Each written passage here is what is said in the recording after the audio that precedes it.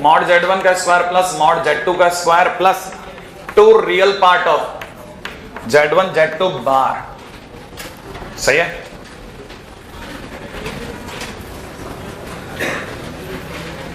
देखिए साहब, ये प्रूफ कुछ नहीं है, इसमें कोई ऐसा स्टेप होता होगा जो आपको बेसिकली याद रखना है, ठीक है ना? तब आपको समझ में आ जाता है कि अच्छा ऐसे करना है, अपने को स्टार्ट ऐसे लेनी है, ये मेरे को स्ट्राइक नहीं करता।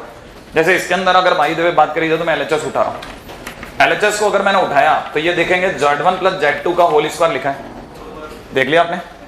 इसको देखते ही आपके दिमाग में फील आ जानी चाहिए कि ये जरूर मॉड z का स्क्वायर लिखा है। भाई किसी अपनी जिंदगी में कहां देखा अभी तक? ये तो देखा है मॉड z का स्क्वायर, ये तो मॉड z1 प्लस z2 का स्क्वायर लिया है, लेकिन फिर आपको ये याद आना चाहिए मॉड z का स्क्वायर तो यार z बार होता था, तो आपके दिमाग में आता है अच्छा ये z1 plus z2 into z1 plus z2 बार है। भाई नहीं आया समझ में? इसका मतलब इसकी स्टार्टिंग ऐसे होगी। अगर इसकी स्टार्टिंग ऐसे हो गई तो आपको यहां से समझ में आ गया कि ये लिखा हुआ है z1 प्लस z2 और ये लिखा है z1 बार प्लस z2 बार, फिर तो क्या मल्टीप्लाई होगी। अगर इसकी मल्टीप्लाई इससे होगी तो z1 इंटू z1 बार मॉड z1 का स्क्वायर z1 इंटू दिस, तो ये हो जाएगा z1 z2 बार। श्योर? अब z2 की मल्टीप्लाई करो, z2 z1 बार, z2 की इससे मल्टीप्लाई मॉड z2 का स्क्वायर, तो काफी हद तक आपने ये कंट्रोल कर लिया कि भाई इतना तो रोक दे भाई, z1 का स्क्वायर प्लस मॉड z2 का स्क्वायर। श्योर है? अब आपके पास जो रह गया उसको ढंग से देखना। देखो अब आप देखो इतना तो मिला गए, ये 2 रियल पार्ट का लफड़ा अड़ रहा है, लेकिन आपको क्या मतलब, आप तो अपने इस पे देखो आपके पास क्या बचा, z1 z2 बार प्लस क्या पढ़ने मारा आपको, ये पढ़ना z2 z1 बार, इसका मतलब मैं पढ़ रहा हूं z1 z2 बार का दोबारा बार। सोच के देखो आप, याद है आपको z2 का बार का बार z2, और वो z2 ही लिखा था। नहीं आया समझ? तो मैं इसको ऐसा लिखता हूं, लेकिन सर ऐसा क्यों लिख रहे हैं? मैं आपको फील देना चाह रहा हूं कि अगर आप ढंग से पकड़ें, ये जो लिखा है ना, ये जो लिखा है, ये अगर z है, ये अगर z है तो ये z बार है, और z plus z bar 2 real part of z। पढ़ा था क्या? तो मैं इसकी जगह क्या लिखता हूं, 2 रियल पार्ट ऑफ z। आज के दिन इसका z कौन है, z1 z2 बार। आगे का नहीं, ऐसा मॉड z1 का स्क्वायर प्लस मॉड z2 का square.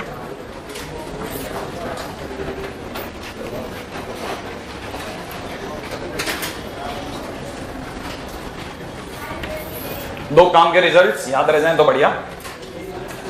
Mod z1 plus z2 का स्क्वायर इज इक्वल टू होता है मॉड z1 का स्क्वायर प्लस मॉड z2 का square plus 2 real part of z1 z2 bar.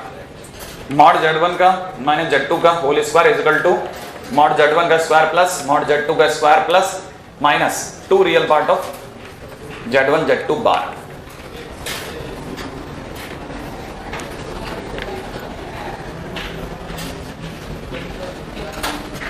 ठीक है?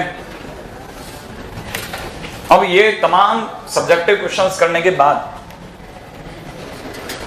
अब अपन बेसिक क्वेश्चन देख लें, है ना? कहीं ऐसा ना हो कि हमें बेसिक ही नहीं आता और ये बड़ी बड़ी बातें सीख गए। Find modulus of following complex number.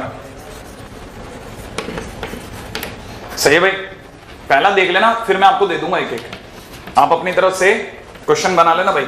1 plus 2 iota into 1 plus 3 iota. बड़े ध्यान से सुनना, अगर मेरे को किसी ने ये z दे दिया और कहा बेटा इसका मॉड निकाल, अगर किसी ने इसका मॉड z निकालने को बोला तो मॉड z निकालते बड़े ध्यान से समझना भाई। मॉड z निकालते ही मैं इन तीनों को मॉड में ले लूंगा, याद आ गया? फिर मैं आपको प्रॉपर्टी पे लेके चलूंगा। अगर आप समझदार है तो सीख लेना भाई, क्योंकि अगला क्वेश्चन आप ही को करना है। ठीक है? अगर आपको याद हो तो मैंने आपको सिखाया था z1 इंटू z2 का बार का मॉड इज इक्वल टू अलग अलग उनका मॉड। इसका मतलब सीधी सी बात है, मैं अलग अलग इनका मॉड ले लूं, 1 प्लस आइटा का मॉड, 1 प्लस 2 आइटा का मॉड, 1 प्लस 3 आइटा का मॉड, इसका मॉड √10। सोचो, इसका मॉड √, इसका मॉड √2, तो आंसर हो गया 10। टाइम लगता है ना आपको? हार्ड था क्या? चलो कोई नहीं। हाँ भाई अगले क्वेश्चन में आओ।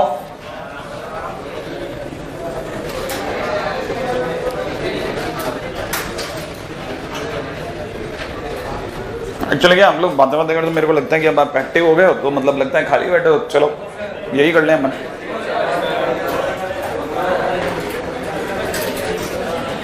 आसपास में कोई भी बात करता पाया जाए ना उसको बोल देगा नहीं यार प्लीज बात में तेरे चक्कर भागना पड़ता है मेरे को। अच्छा क्या चले आगे, चलिए। अच्छा बताइए साहब, अगर बाय द वे मेरे को आंसर नहीं चाहिए, अगर बाय द वे आप डायरेक्ट आंसर दे दे ज्यादा बढ़िया है। अगर दे पाए तो किसी ने दे दिया 1 plus iota multiplied with 1 plus 2 iota divided by 1 plus 3 iota, और किसी ने कहा इसका मॉड जेड सोचो, बता सकते हैं? तो डायरेक्ट बोलना है इसका रूट 2, उसका नीचे वाले का आंसर। देखा आ गया ना आपको? अब आपको ये समझ में आ गया हर एक किसी का इंडिविजुअल बात करनी है। चलो सी पे आता हूं, ठीक है? इसका मतलब आप इंडिविजुअल भी फटाफट सीख गए, वेरी गुड।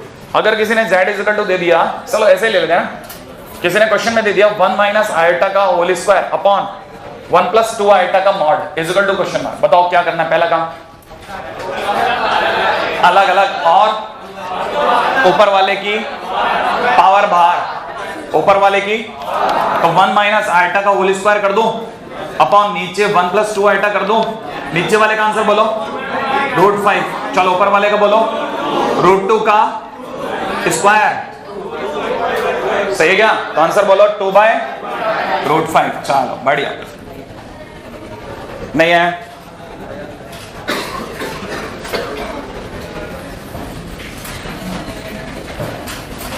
अगले क्वेश्चन आते हैं।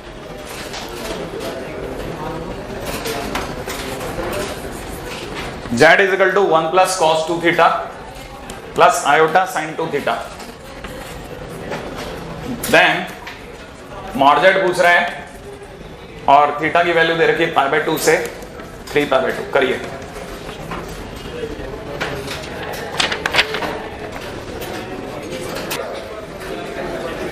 ये आपने क्वेश्चन भी अच्छा लिख कर बैठे हो आप लोग, मैंने तो आंसर निकाल दिया। मॉड z सोच लिया आपने, अंडर रूट में कितना लिखना है ये बताओ आप तो? 1 प्लस कॉस 2 थीटा का whole square plus sine 2 theta का होल स्क्वायर। श्योर है? अगर आपने इसको बना लिया तो ये एक तो 2 दे गया, सोच लेना आप, मुझे तो 2 दिख गया, एक मेरे को 2 कॉस 2 थीटा भी दिखा, 2 कॉमन आ गया, 1 प्लस कॉस 2 थीटा, हाँ सुना, 2 इंटू कितना 2 कॉस स्क्वायर थीटा, बोले तो बाहर आ गया 2 मॉड कॉस थीटा, नहीं है? अब आप बताओ थीटा कौन से क्वाड्रेंट में? सेकंड या थर्ड? सेकंड और थर्ड दोनों में कॉस नेगेटिव, श्योर है ना? कॉस कैसा है? नेगेटिव, तो जो बाहर आएगा तो -2 कॉस थीटा, ये आंसर हो गया। अरे सिंपल क्वेश्चन, मैं आपको देख के क्वेश्चन दे रहा हूं, आपको समझ नहीं आ रहा, ठीक है? अरे कम से कम ये तो लगे इतना तो ये तो मतलब आप अच्छा जो क्वेश्चन आपको अच्छे से आता है उसमें आप ज्यादा समय लेते हो कम लेते हो?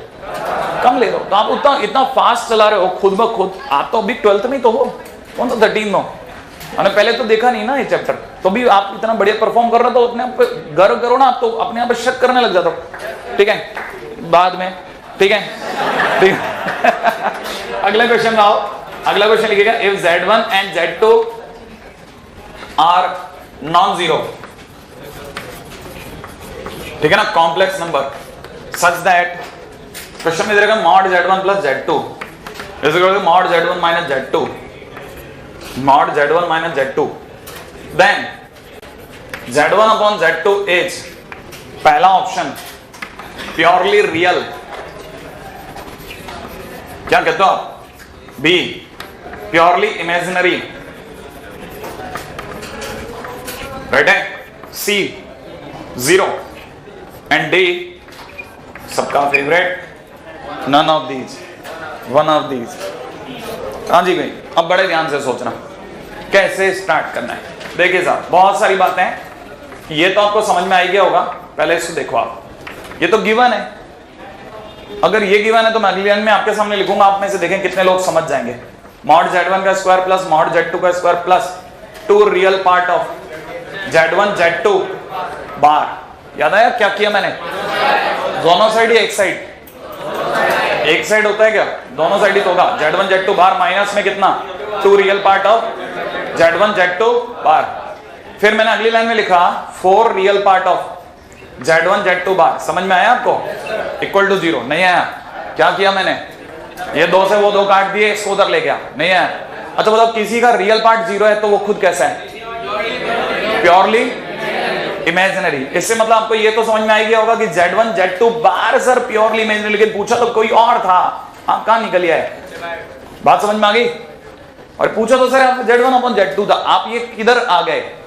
मैंने कहा मैं सही जगह आया हूं, चिंता मत कर। कैसे? मेरे को एक रिजल्ट मिला ना, अब मैं क्वेश्चन बताता हूं।